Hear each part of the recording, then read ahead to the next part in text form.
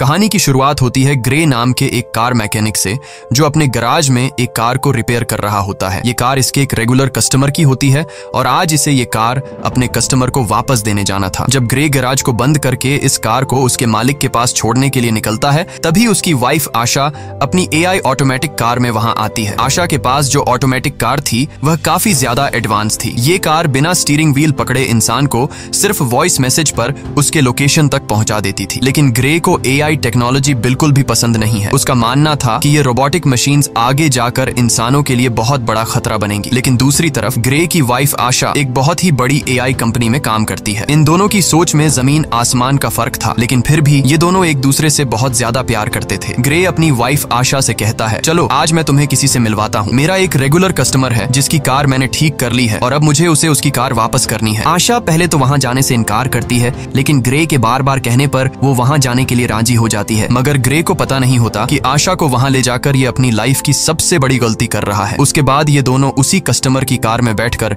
उसके घर की तरफ निकल पड़ते हैं और आशा की ऑटोमेटिक कार भी उनके पीछे आ रही होती है, ताकि जब ग्रे अपने कस्टमर को उसकी कार उसके हवाले कर दे तो ये लोग अपनी ऑटोमेटिक कार में घर को वापस आ सके। वहाँ पहुँचने पर ग्रे अपनी वाइफ को एक आदमी एरन से मिलवाता है। तब ग्रे की वाइफ उसे देखकर काफी हैरान रह जाती है, क्योंकि एरन एक बहुत बड़ी टेक कंपनी का मालिक था। उसकी कंपनी AI ऑटोमेटिक चीजें बनाती थी। यहाँ आशा अपने हस्बैंड ग्रे से कहती है, तुमने मुझे पहले क्यों नहीं बताया कि तुम मुझे एरन से मिलवाने ला रहे हो। असल में एरन ही ग्रे का रेगुलर कस्टमर था। लेकिन यहाँ हम देखते हैं कि एरन का नेचर थोड़ा अजीब सा था। उसे यह भी नहीं पता था कि जब किसी से मिलते हैं तो किस तरीके से मिला जाता है। आशा एरन से कहती है, मैं भी एक AI टेक कंपनी में काम करती हूँ जो जल्द ही तुम्हारी कंपनी के बराबर में आ जाएगी। जिस पर एरन मुस्कुराते हुए कहता है, ऐसा कभी नहीं हो सकता, चलो दिखाता हूँ क्यों। और फिर एरन उन दोनों को अपनी लैब में ले गया। वहाँ एरन ने खुद का बनाया हुआ एक स्पेशल चिप बताया, जो कि एक AI यानी आर्टिफिशियल इंटेलिजेंस चिप थी, और उस चिप को उसने नाम दिया था स्टेम। वो बताता है कि ये चिप कुछ भी कर सकती है, क्योंकि इसमें बहुत सारे पावर्स हैं और इससे तेज दिमाग आज तक किसी ने भी नहीं बनाया। इस इन्वेंशन को देखने के बाद ग्रे और उसकी वाइफ अपनी इलेक्ट्रिक कार से घर वापस जा रहे होते हैं। कार ऑटोमेटिक मोड पर थी। आशा और ग्रे गाड़ी के पिछले सीट में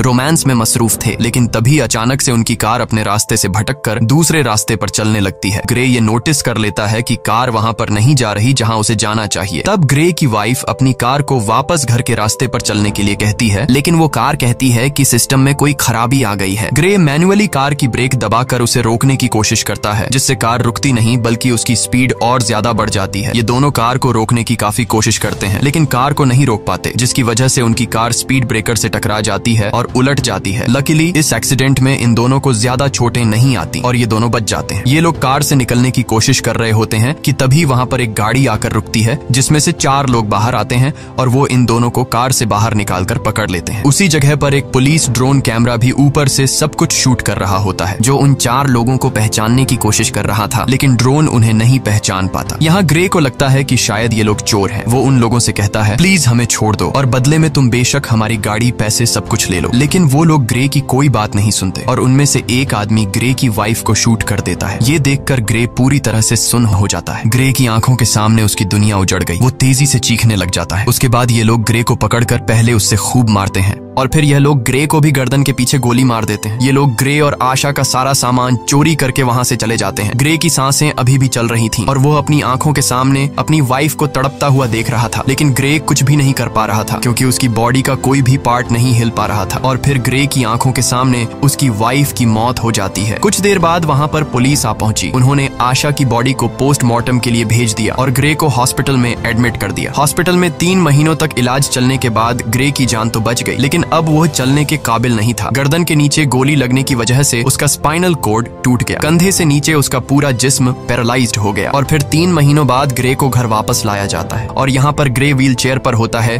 क्योंकि उसके सिर के अलावा पूरी बॉडी बेजान थी। अब ग्रे कोई भी काम नहीं कर सकता था, इसीलिए उसका काम करने के लिए उसके घर पर एक रोबोट मशीन थी जो उसका सारा काम करती थी और उसकी मदर उसका ख्याल रख रही थी। लेकिन ग्रे के लिए अब जिंदगी बोझ बन चुकी थी। उन 4 किलर्स ने न सिर्फ उसकी वाइफ को मार डाला, बल्कि उसकी जिंदगी उजाड़ दी। वो बदले की आग में जल रहा था। बस ग्रे के पास एक ही उम्मीद बची थी जिसके सहारे वो जी रहा था। वो अपनी वाइफ के किलर्स को जल्द से जल्द जेल की सलाखों के पीछे देखना चाहता था। इसीलिए वो पुलिस स्टेशन जाता है। पुलिस स्टेशन में ग्रे उनसे अपनी वाइफ के किलर्स के बारे में पूछता है तो वो डिटेक्टिव कहती है कि इनमें से अभी तक किसी का भी पता नहीं चल पाया। वहाँ हमारे पुलिस का ड्रोन कैमरा तो मौजूद था, लेकिन फुटेज धुंधली थी जिससे कातिलों का पता नहीं चल पा रहा है और पुलिस अब और इन्वेस्टिगेशन कर रही है। हम बहुत जल्द उन्हें ढूंढ लेंगे। तब ग्रे ये सुनकर काफी ज्यादा डिसअपॉइंट हो जाता है, क्योंकि काफी टाइम से ग्रे पुलिस से बस यही सुनता आ रहा था कि हम इन्वेस्टिगेशन कर रहे हैं। अब ग्रे पूरी तरह से हिम्मत हार चुका था और वो इस तरह से जीना भी नहीं चाहता था, क्योंकि उसकी जो उम्मीद थी अपनी वाइफ के कातिलों को जेल की सलाखों के पीछे देखने की, उससे वो अधूरी नजर आने लगी। ग्रे को समझ आ गया था कि पुलिस उन 4 कातिलों को कभी नहीं पकड़ पाएगी, इसीलिए अब वो खुद को मारने की सोचने लगा। ग्रे वहाँ पर मौजूद रोबोट मशीन की मदद से मेडिसिन का ओवरडोज ले लेता है, जिससे वो बेहोश हो गया। अच्छी बात यह थी कि उसके घर पर लगे AI सिस्टम ने वक्त पर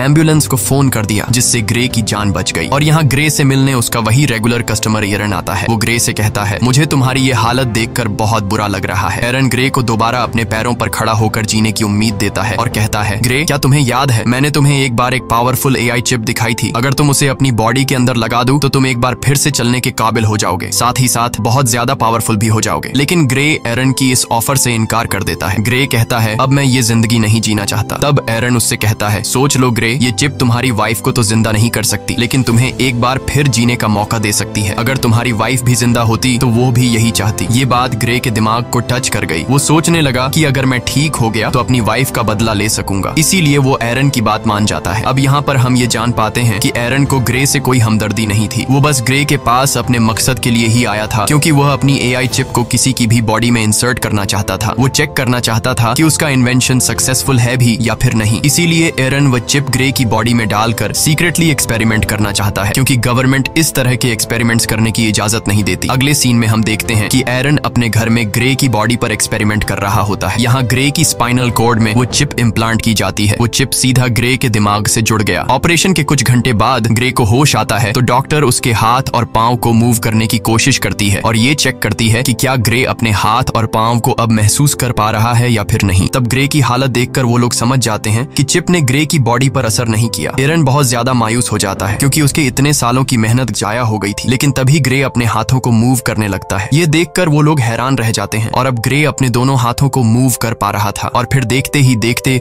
ग्रे अपने दोनों पैरों पर खड़ा हो जाता है। खुद को ठीक होता देखकर ग्रे बहुत ज्यादा खुश हो जाता है। अब वो पहले से भी ज्यादा पावरफुल खुद को फील करने लगा। एरन भी अपनी एक्सपेरिमेंट को सक्सेसफुल होता देखकर काफी खुश हो जाता है। फिर यहाँ पर एरन ग्रे से एक कॉन्ट्रैक्ट पर साइन करवाता है, जिसमें वो किसी को भी नहीं बताएगा कि वो चल सकता है और उसे सबकी नजरों में पैरालाइज्ड बनकर रहना होगा, क्योंकि अगर गवर्नमेंट को पता चला कि ग्रे चिप के जरिए दोबारा से चल पा रहा है तो एरन को अरेस्ट कर लिया जाएगा और ग्रे की बॉडी से उस चिप को निकाल लिया जाएगा, क्योंकि उस चिप को किसी की बॉडी में इंजेक्ट करना इलीगल है। उसके बाद ग्रे अपने व्हील चेयर पर बैठकर घर आ जाता है। यहाँ उसे पता चलता है कि उसके लिए डिटेक्टिव का भेजा एक पैकेज आया है, जिसमें ग्रे की वाइफ की पोस्टमार्टम रिपोर्ट और उसके केस से रिलेटेड कुछ इन्फॉर्मेशन थी। ग्रे उस दिन पुलिस ड्रोन से रिकॉर्ड की गई फुटेज देखने लगा, लेकिन फुटेज क्लियर नहीं थी, इसलिए ग्रे को किलर्स के बारे में कोई जानकारी नहीं मिल पाई। वो मायूसी में ड्रिंक करने लग जाता है। तभी अचानक उससे एक आवाज आई, क्या तुमने फुटेज में एक चीज नोटिस की? ये आवाज सुनकर ग्रे यहाँ वहाँ देखने लगा, लेकिन उसे कोई भी नजर नहीं आया। ग्रे घबरा कर बोला, कौन है? सामने आओ। तभी फिर से आवाज आई, शांत हो जाओ ग्रे, मैं तुम्हारे अंदर की वो AI चिप हूँ, वही सिस्टम जो तुम्हारी बॉडी चला रहा है। यहाँ पर ग्रे सोचता है कि शायद वो पागल हो गया है, जिस पर वो चिप कहती है, नहीं ग्रे, तुम पागल नहीं हुए हो। ऑपरेशन के दिन के बाद मैं तुम्हारे साथ हूँ, तुम जो देख सकते हो वो मैं भी देख सकती हूँ। जिस पर ग्रे ने पूछा कि क्या तुम्हें और कोई सुन सकता है? चिप ने जवाब दिया, नहीं, मुझे सिर्फ तुम ही सुन सकते हो। यहाँ पर वो चिप ग्रे की हेल्प करने की कोशिश करती है, ताकि ड्रोन की मदद से ग्रे को पता चल सके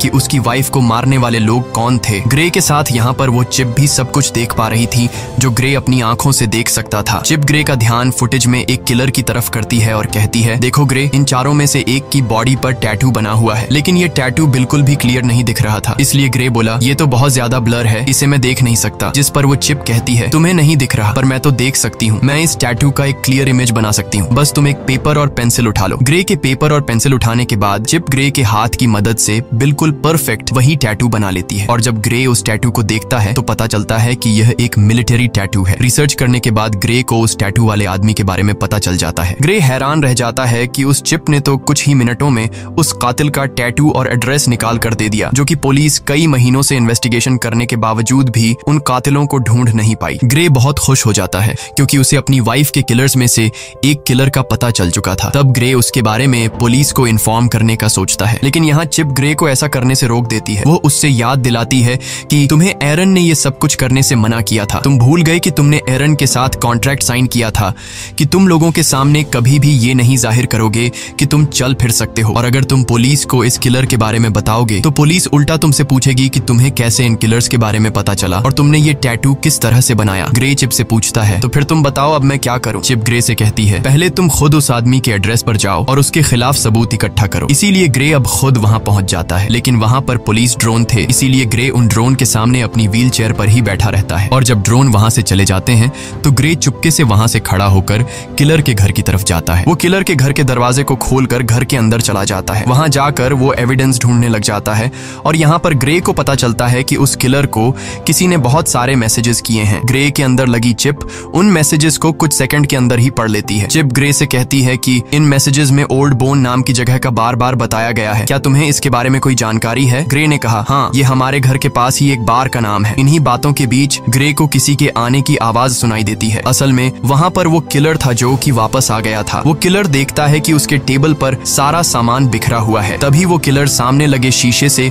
ग्रे को देख लेता है। वो फौरन ग्रे पर हमला कर देता है और उससे पूछता है, तुमने मुझे कैसे ढूंढा? तब ग्रे इस बात का कोई जवाब नहीं देता और ग्रे किलर से पूछता है, तुम बताओ मेरी वाइफ को किसने मारा था? वो किलर बहुत ज्यादा ताकतवर था, इसीलिए वो ग्रे पर भारी पड़ने लगता है। इससे पहले कि वो ग्रे को मार पाता, ग्रे के अंदर लगी चिप ग्रे से पूछती है, तुम मुझे अपनी बॉडी का फुल कंट्रोल दो ताकि मैं कुछ कर सकूं। जिसके बाद ग्रे बिना सोचे समझे उसे परमिशन दे देता है। चिप को परमिशन मिलने के बाद ग्रे एकदम से उस किलर पर अटैक कर देता है और उसे काफी बुरे तरीके से मारने लगता है। वो किलर भी परेशान हो जाता है कि आखिर अचानक इसमें इतनी ताकत कहां से आ गई, और ग्रे भी सोच में पड़ जाता है कि आखिर मैं इतना ताकतवर कैसे हो गया। यहाँ पर ग्रे उस किलर को खुद के हवाले करने के लिए कहता है, लेकिन वो किलर उस पर एक नाइफ से अटैक कर देता है। तो वो चिप सारी सिचुएशन को संभालते हुए उस किलर को मार डालती है और तब वो चिप किलर को मारने के बाद बॉडी कंट्रोल ग्रे को वापस दे देती है। ये देखकर ग्रे बहुत परेशान हो जाता है क्योंकि वो किलर को जान से मारना नहीं चाहता था। उसे लगा कि अब उसका जेल जाना पक्का है। वो चिप ग्रे से कहती है कि घबराओ मत ग्रे, तुम्हें कुछ नहीं होगा, बस तुम यहाँ जल्दी से अपने सारे फिंगरप्रिंट्स मिटा दो। अब यहाँ पर वो चिप जैसे कहती है, ग्रे बिल्कुल वैसे ही करता है। कुछ देर बाद पुलिस उस आदमी की बॉडी को पोस्टमार्टम के लिए ले गई, जहाँ हम उस डिटेक्टिव को देख पाते हैं। डिटेक्टिव को पोस्टमार्टम के दौरान पता चला कि उसकी बॉडी के अंदर एक वेपन इंसर्ट था और साथ साथ उसकी पूरी बॉडी में छोटी छोटी वायर्स थी। यानी वो किलर एक अपग्रेडेड इंसान था जो किसी भी आम इंसान से काफी ज्यादा पावरफुल था। दूसरी तरफ एरन ग्रे पर काफी गुस्सा करता है, तुमने उस किलर को क्यों मारा? ये काम काफी रिस्की था, अगर तुम पकड़े जाते तो तुम्हारे साथ मैं भी जेल चला जाता। मैंने इस चिप को तुम्हारे अंदर इसलिए इंसर्ट नहीं किया कि तुम अपनी वाइफ का बदला लो, और अगर दोबारा तुमने इस तरह की कोई हरकत की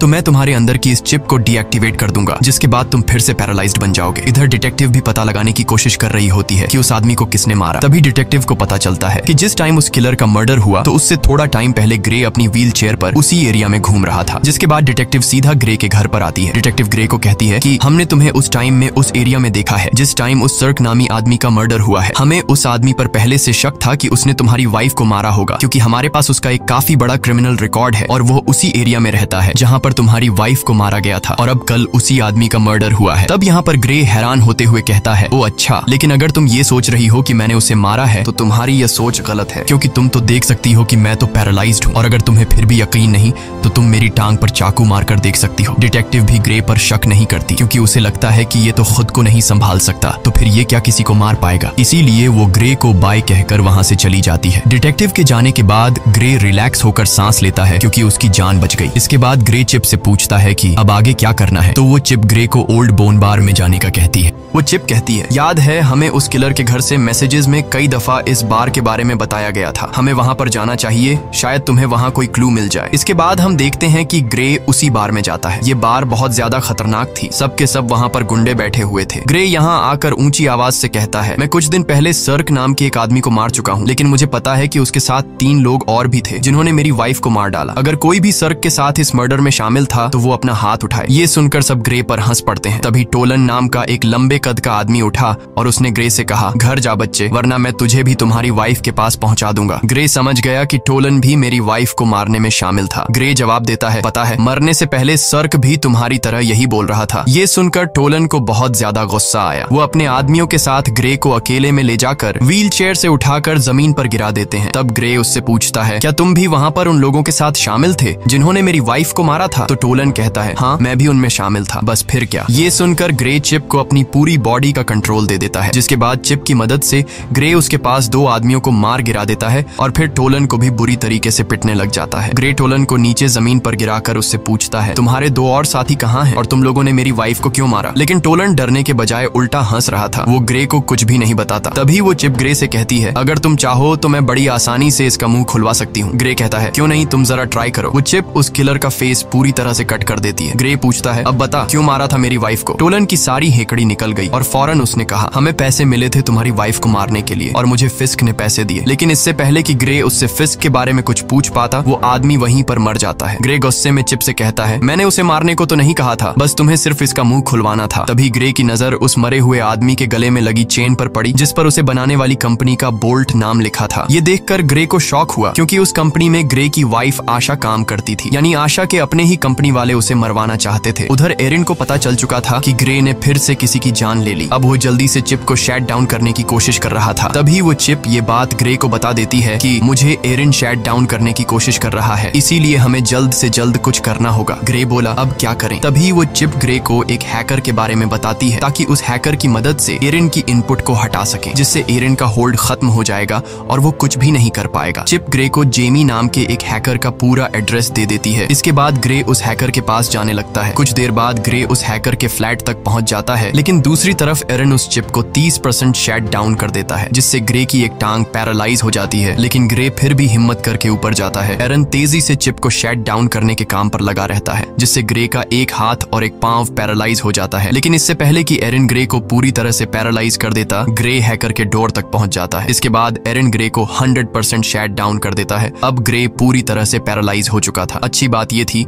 कि ग्रे हैकर के दरवाजे तक पहुंचकर नॉक कर चुका था। इसके बाद जेमी नाम का एक हैकर दरवाजा खोलता है। ग्रे ने जेमी को कुछ पैसे दिए और जो कुछ चिप ने उसे समझाया था वो उसने हैकर से कहा। हैकर ने ग्रे को घर के अंदर लाया और उसके कोडिंग में काम शुरू कर दिया। तभी हम दूसरी तरफ उस बार में 2 आदमियों को देखते हैं जहां ग्रे ने टोलन को मारा था। उनमें एक तो वही आदमी था जिसने ग्रे की वाइफ को गोली मारी थी और उसी का नाम फिस्क है। अब यहाँ पर फिस्क बार के ओनर पर गुस्सा करता है, क्योंकि ग्रे उसके एक आदमी को मारकर चला गया और बार के ओनर ने कुछ भी नहीं किया। फिस्क उस बार के ओनर को मार देता है। फिस्क अपने साथी को मरा हुआ देखकर बहुत ज्यादा गुस्सा हो जाता है। यहाँ पर फिस्क अपने साथी की आंख में एक पतली सी पिन घुसाता है और उस पिन डिवाइस से फिस्क को सब कुछ पता चलता है और उसे यह भी पता चल जाता है कि इस वक्त ग्रे कहाँ पर है। इसके बाद फिस्क और उसका साथी वहाँ जाने के लिए निकलते हैं। दूसरी तरफ हैकर ने ग्रे के सिस्टम को फ्री कर दिया। बस अब चिप को सिर्फ रीस्टार्ट करने की देर थी और हैकर ग्रे को बताता है कि कुछ देर बाद तुम्हारे अंदर लगी चिप रिबूट हो जाएगी। तभी वह हैकर देखता है कि 2 लोग यहाँ पर आ रहे हैं और वह 2 लोग थे फिस्क और उसका साथी। इसके बाद फिस्क और उसका साथी दरवाजा तोड़ने की कोशिश करते हैं, जहाँ पर वह चिप ग्रे की बॉडी में फिर से बूट होने लगती है, जिससे ग्रे का एक हाथ दोबारा काम करने लगता है। यहाँ पर फिस्क और उसका साथी दरवाजा तोड़कर अंदर आ जाते हैं। अंदर आकर वह दोनों देखते हैं कि ग्रे जमीन पर पैरालाइज पड़ा हुआ है। जैसे ही ये दोनों ग्रे को मारने वाले थे, तभी अचानक ग्रे की बॉडी के अंदर लगी चिप रिस्टार्ट हो जाती है और ग्रे फौरन वहां से भागने लगता है। तब यहाँ पर फिस्क का साथी भी फायरिंग करते हुए उसका पीछा करता है। ग्रे खुद को बचाते हुए ऊपर बिल्डिंग की छत पर चढ़ जाता है। अब आगे जाने का कोई रास्ता नहीं था, इसलिए ग्रे वहीं पर रुक जाता है। यहाँ पर वह चिप अपनी पावर दिखाती है और बड़ी ही बेरहमी से फिस्क के साथी को मार देती है। जब तक फिस्क वहाँ पर आता है तब तक ग्रे वहाँ से जा चुका होता है। इसके बाद ग्रे जब अपने घर आता है तो उसकी मदर उसे देख लेती है कि उसकी पूरी बॉडी पर खून लगा हुआ है, साथ ही ग्रे अपने पैरों पर भी खड़ा हुआ है, यानी अब वह पैरालाइज नहीं है। इसके बाद ग्रे अपनी मदर को इस सब के बारे में बता देता है कि वह किस तरह से एरिन की चिप की वजह से दोबारा ठीक हो गया है। साथ ही ग्रे अपनी मदर को इस बात को सीक्रेट रखने के लिए भी कहता है। उधर एरिन बहुत ज्यादा टेंशन में होता है, क्योंकि उसके हाथ से अब ग्रे और वह चिप निकल चुके थे। उस हैकर के इनपुट डालने के बाद एरिन उसे ट्रैक नहीं कर पा रहा था। इसके बाद ग्रे की मदर वहां पर आकर उसे बताती है कि वह डिटेक्टिव आई है। यहाँ पर डिटेक्टिव ग्रे से कहती है कि तुम्हारी व्हील चेयर उस जगह से मिली है जहाँ पर दूसरा मर्डर हुआ है, तुम इस बारे में क्या कहोगे? इस पर ग्रे कहता है, हाँ मैं वहाँ पर था, लेकिन मैंने किसी को नहीं मारा। अब डिटेक्टिव को भी ग्रे पर शक होने लगा था। तब डिटेक्टिव उससे कहती है कि 3 लोग मारे जा चुके हैं और तीनों वही हैं जिन पर हमें शक था कि उन्होंने ही तुम्हारी वाइफ को मारा होगा और हर बार तुम वहाँ पर पाए जाते हो जहाँ पर मर्डर होता है, तो हो सकता है तुम किसी को पैसे देकर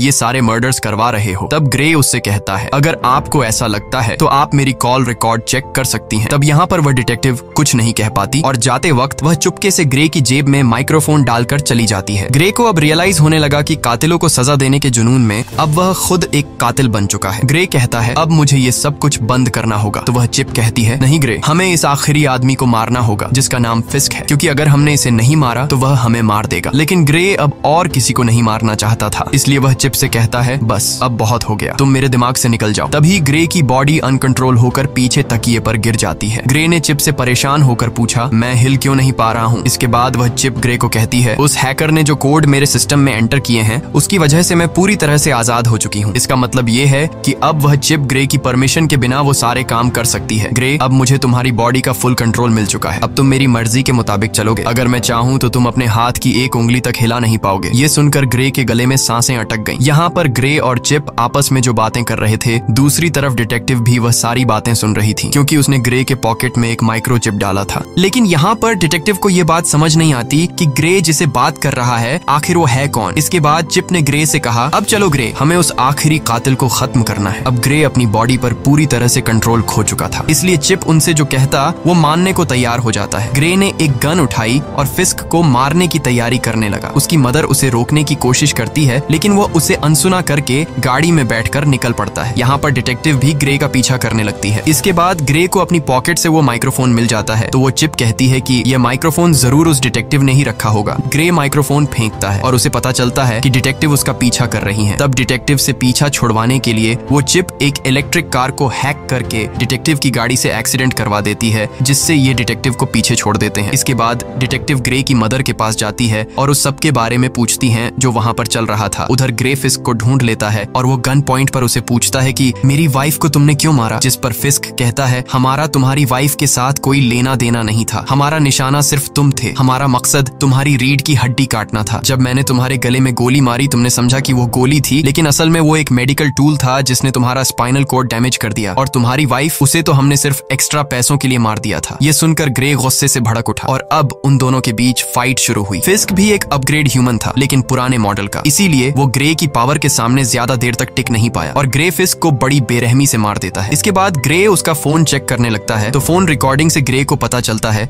कि यह सबके पीछे कोई और नहीं बल्कि एरन है। उसी ने ग्रे की वाइफ को मरवाया और ग्रे को पैरालाइज कर दिया। अब ग्रे बिना कुछ सोचे एरन को मारने के लिए उसके घर में जाता है, लेकिन वहाँ एरन अकेला बैठकर रो रहा था। ग्रे ने एरन से पूछा, क्यों किया ऐसा तुमने? मैंने तुम्हारा क्या बिगाड़ा था? एरन कहता है, ये सब मेरी प्लानिंग नहीं थी, मैंने तुम्हारी वाइफ को नहीं मरवाया। ग्रे कहता है, झूठ मत बोलो, मैंने तुम्हारी रिकॉर्डिंग मोबाइल पर सुन ली है। इससे पहले कि ग्रे एरन को मार पाता, पीछे से डिटेक्टिव आकर ग्रे को गन फेंकने के लिए कहती है और जैसे ही डिटेक्टिव ग्रे के पास आती है तो ग्रे डिटेक्टिव को गिरा देता है। अब यहाँ उस डिटेक्टिव को ग्रे मारना नहीं चाहता था, लेकिन वो चिप मारना चाहती थी। ग्रे अपनी पूरी जान लगाकर डिटेक्टिव के गले से अपना हाथ हटा लेता है। अब चिप ग्रे से कहती है, क्या अब तुम मुझसे ही लड़ना चाहते हो? तुम्हें पता नहीं है कि तुम्हारा दिमाग मेरे कंट्रोल में है, तुम जानते हो कि मैं तुम्हें दर्द भी दे सकती हूँ। इसके बाद वो चिप ग्रे के हाथ से चाकू उठाती है और उसके दूसरे हाथ में दे मारती है, जिससे ग्रे चीखने लग जाता है। ग्रे अब फिर से डिटेक्टिव को मारने के लिए आगे बढ़ा। वो उसे मारने ही वाला था कि डिटेक्टिव उसे टेजर गन से शॉक दे देती है, जिससे वो नीचे गिरकर पैरालाइज हो जाता है। इसके बाद एरन हाथ में बंदूक लिए ग्रे की तरफ आगे बढ़ा और यहाँ पर होता है मूवी का मेन प्लॉट रिवील। यहाँ पर एरन कहता है, इस चिप को मैंने बनाया था और तुमसे पहले मैं इस चिप से बातें करता था और मुझे चिप ने बताया कि वो इंसानों की तरह बनना चाहती है। मैंने वही किया जो तुम्हारे गले में लगी चिप ने मुझसे करवाया। फिस्क को कॉन्ट्रैक्ट देकर तुम्हारी वाइफ को मरवाना, तुम्हें पैरालाइज करना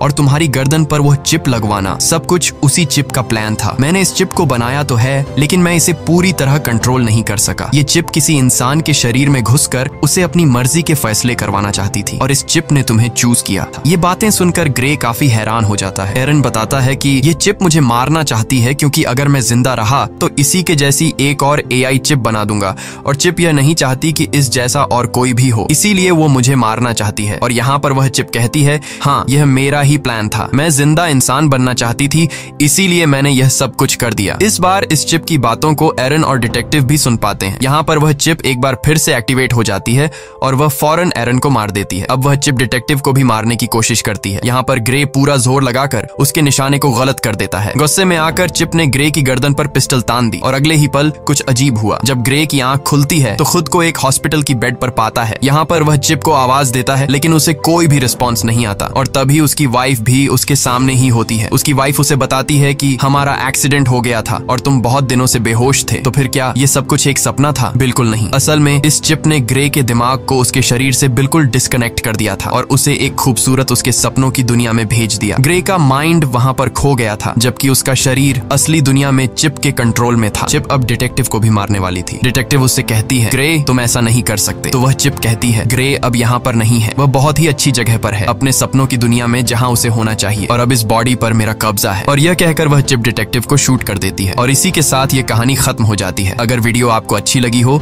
तो हमारे चैनल को सब्सक्राइब और वीडियो को लाइक जरूर कीजिएगा।